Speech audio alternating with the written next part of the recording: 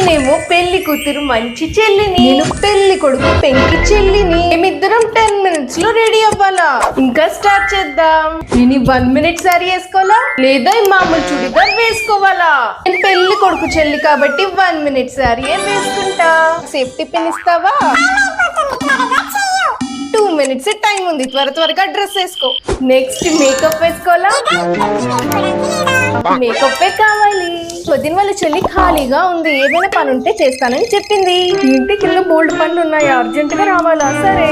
Hair style వేసుకోవాలా లేదా ఈ జడ వేసుకోవాలా? నీ హెయిర్ స్టైల్ అయినా అదరకూడదా?